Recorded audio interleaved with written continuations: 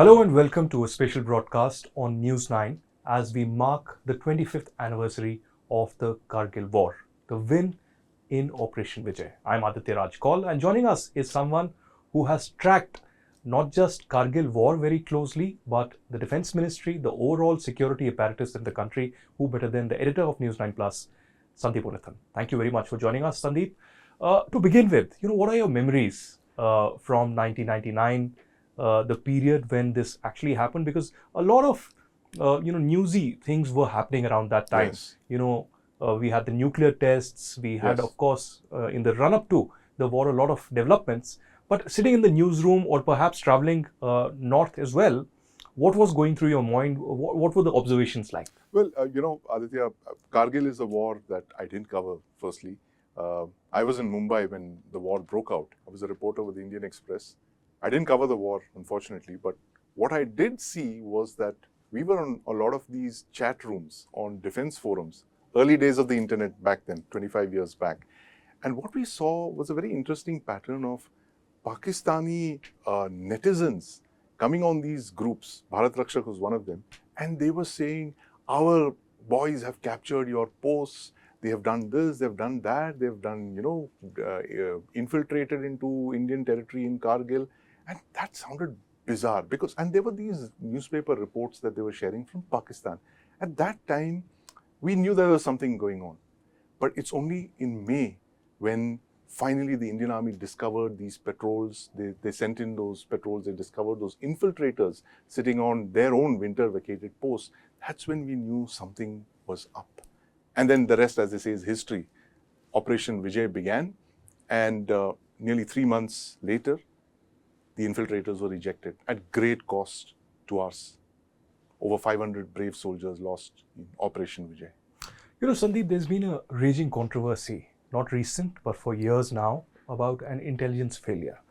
How would you see this? Because I know for a fact that you have not reported on the war, but post the war, you have investigated it. You have uncovered letters that came out. Yes. And you have spoken to a lot of Kargil war veterans who have been there in the thick of action. So what was this intelligence failure? Was it an intelligence failure from the intelligence agencies, from the army's units, or was this merely some kind of a failure on ground? Aditya, it's interesting you should ask me that question, because 25 years later, we are still grappling with the kind of intelligence failures that we've seen in Kargil. It was actually not an intelligence failure. It was a failure of assessment. It was an assessment failure, exactly of the kind that we've seen with Israel in 2023. When you don't judge your adversary's intentions, it's called the Rashomon effect. When you don't judge your adversary's intentions, you don't think he's capable of something, and he actually does that. That's when you're caught by surprise. And that is exactly what happened to us in Kargil. Let's dial back from what happened in Israel. You go back, you have Kargil.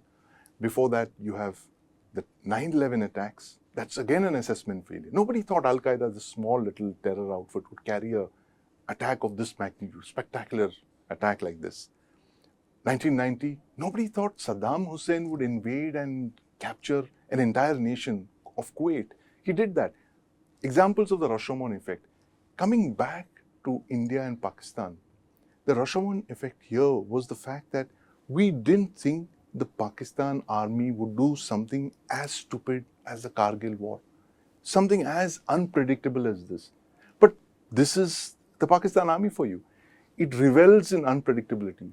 It's been carrying out one unpredictable invasion, war, operation for decades now, over 70 years. This is exactly what happened in Kargil.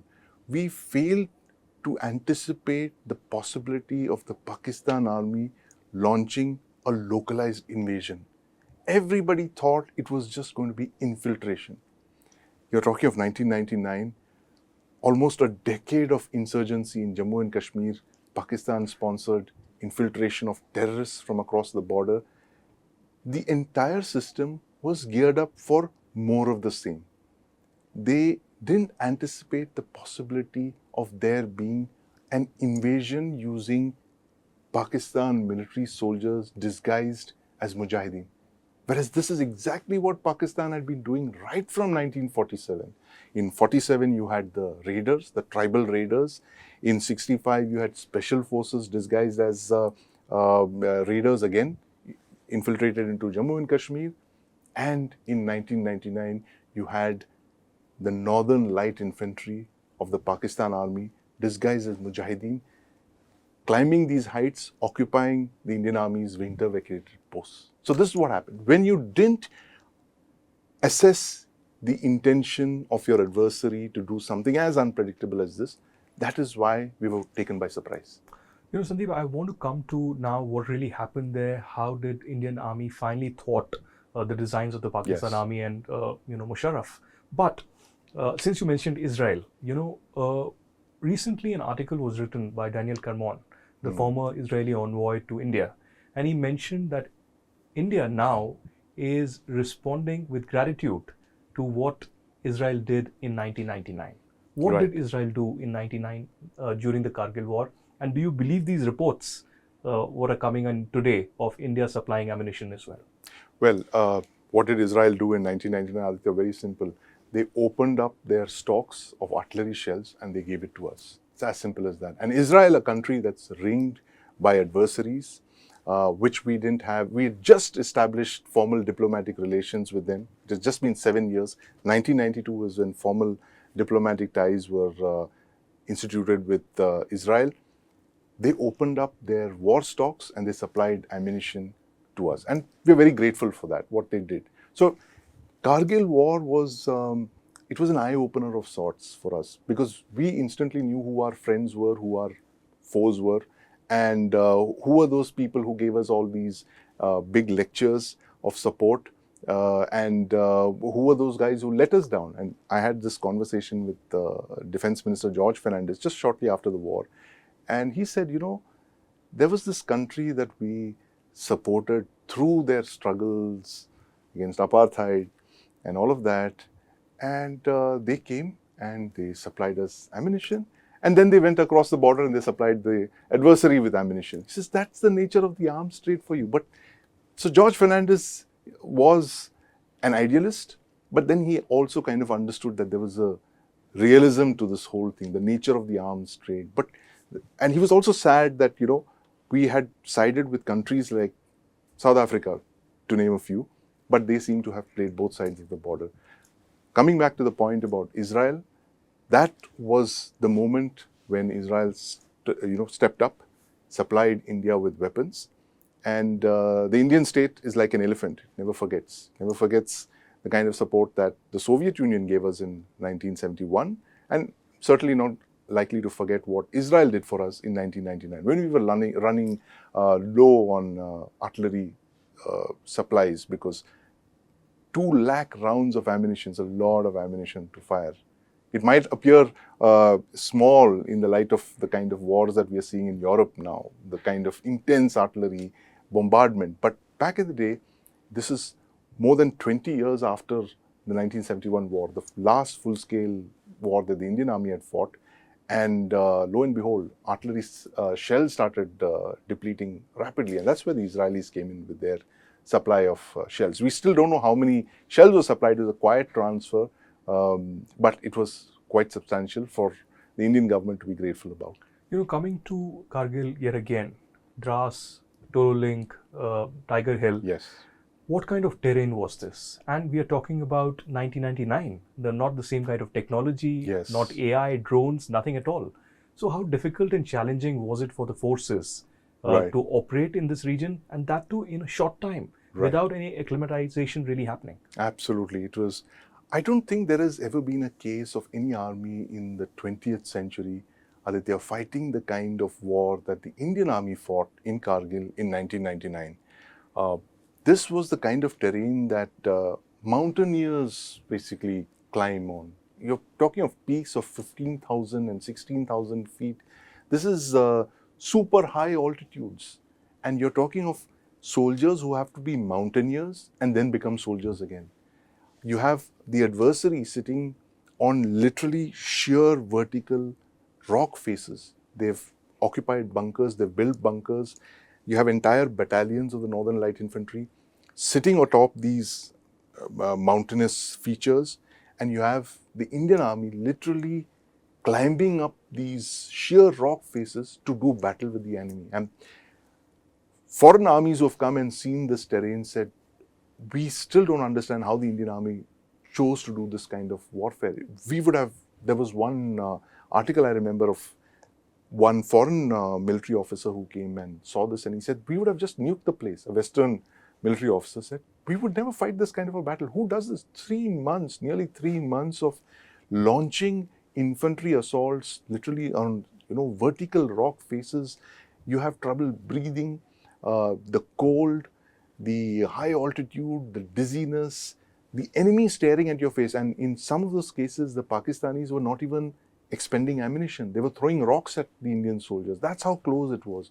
It is a very intense, very brutal combat. In a way, war is. Let's not forget, war is dirty business, Aditya. And this was the worst of it. And you've seen some of the most inhuman kind of excesses being committed by the Pakistan military. You saw what they did to our boys. Saurav Kalia's party, the way they treated their bodies with utter disrespect. And on the other hand, you have the Indian army that's fought an honorable war.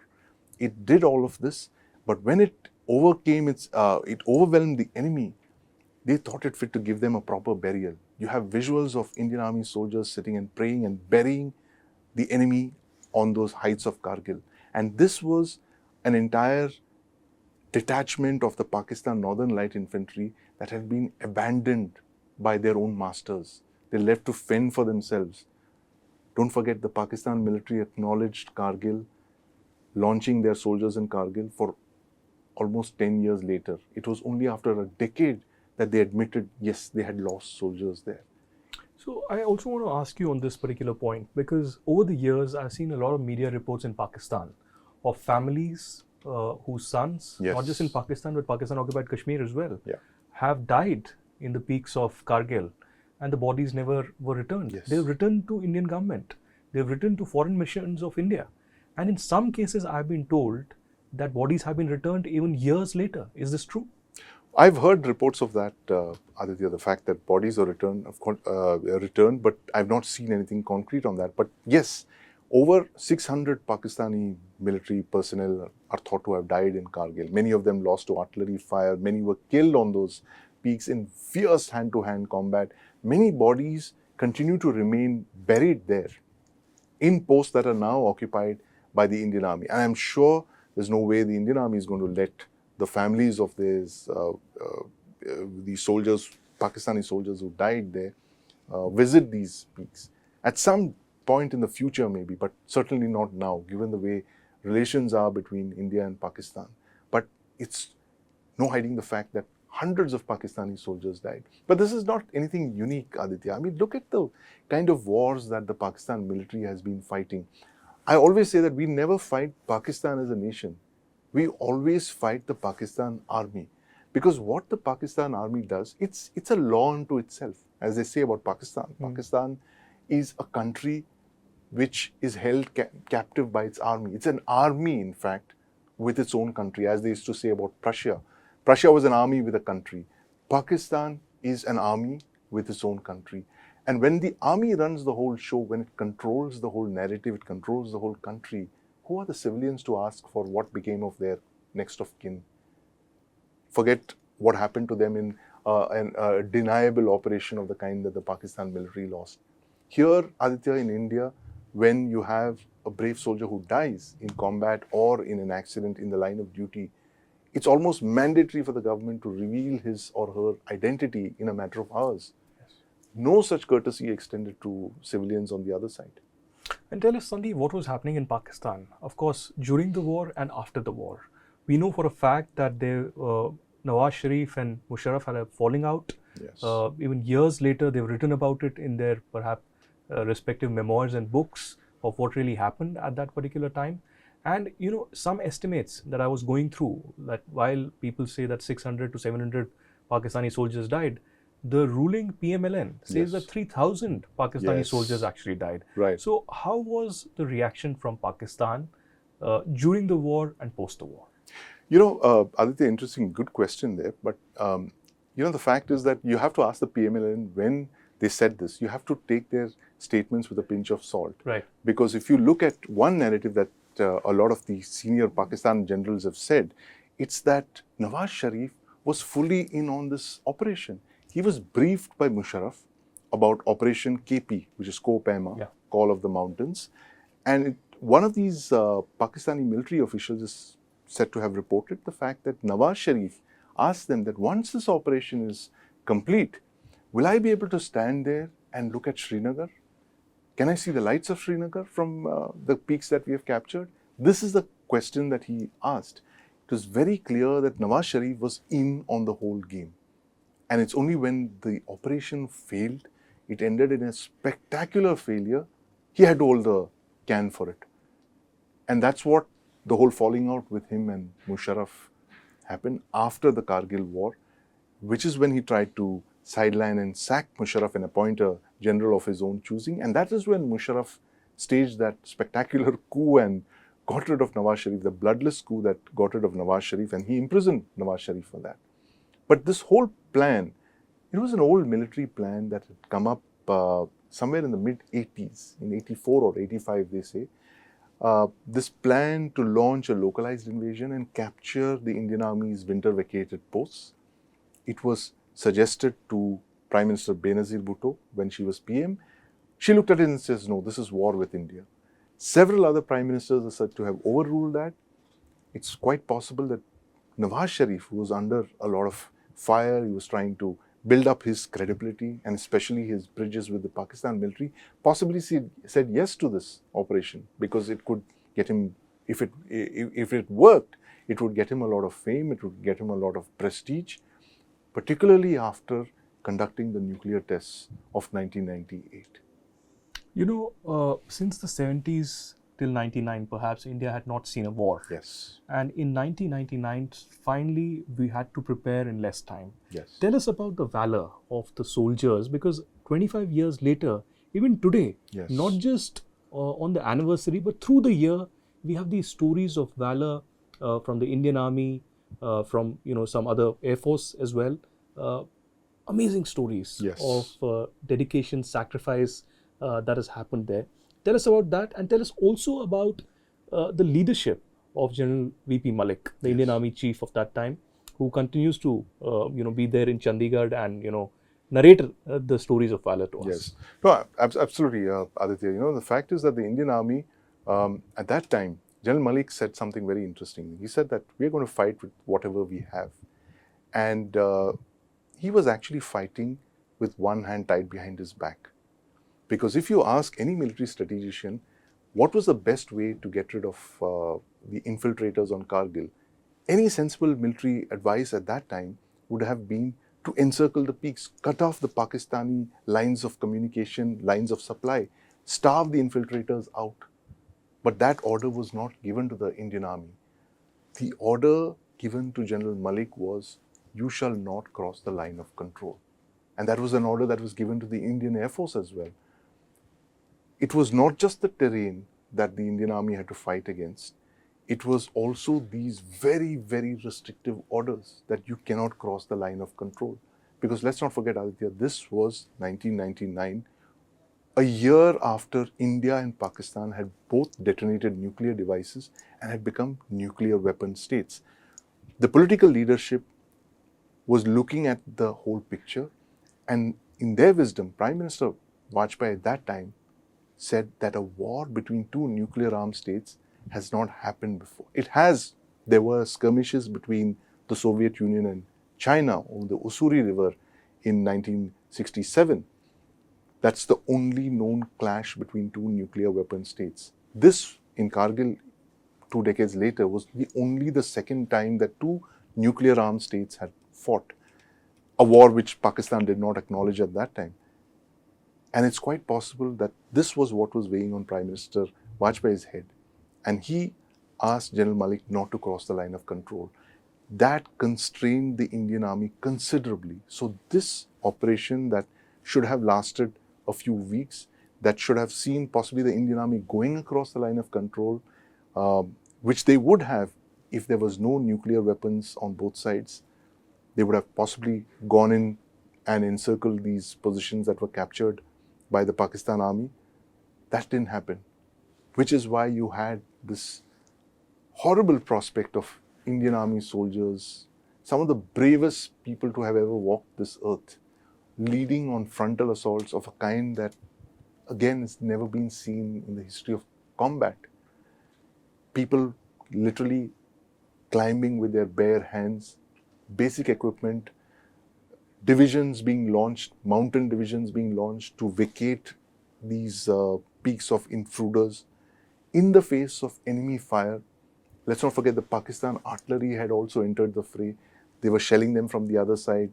You had mortars being fired at them. You had small arms. You had infiltrators sitting on top of these mountains and literally targeting these troops as they came up, climbing up. Literally, it was hand-to-hand combat. It was combat of a kind that we haven't seen possibly ever in human history. And at the end of the day, it was the courage of the Indian Army soldiers, the officers and the men, the officers who led from the front. You had several examples of heroic officers who led. Captain Vikram Batra, the finest example of all, went from peak to peak, leading his men into battle and laying down their lives in the process. This is the story of, there's something like over 500 stories of courage, 500 stories of the men who laid down their lives, and possibly thousands other stories of men who fought and came back to tell us the story. Well, quite amazing. Tell us also, Sandeep, about the lessons that the government of India, and in particular the armed forces, really learned from there. Of course, there's been a paradigm shift, Yes. if I can say so. And post that, we have shown our valor also in the strategic mindset in Balakot, Yes. In the surgical strikes, and repeatedly several operations, some talked and some not talked about. Right. But what are the fine-tuned lessons that the Government of India, Ministry of Defence and the armed forces learned from Kargil? Well, I think the greatest thing that the government did at that time was to set up the Kargil Review Committee, headed by Mr. K. Subramaniam, who's the father of Dr. Jaishankar, possibly one of the greatest defense analysts that India has produced. And this gentleman sat down and went into the entire run-up to the Kargil War, the events of the Kargil War, and he made a set of recommendations, he and his colleagues on the Kargil Review Committee, including Satish Chandra, former Deputy NSA, and they made a set of very sweeping defense reform recommendations, which are still being implemented today. There was a time, there was a lull in between when these reforms were put on the back burner, but the present government came and revived many of them, and the chief reform that was suggested by the Kargil Review Committee, Aditya, was the Chief of Defence Staff. The fact that you needed a single point advisor to the government on matters military, and the fact that you needed theatre commands. You needed to make the Indian Army fit for purpose to fight the wars of the 21st century. It's a tragedy that this report was put on the back burner, some of the most important recommendations not implemented. But the beauty of this report is you have to read that report to understand what the problems that were facing the Defence Ministry at that point in 1999 were.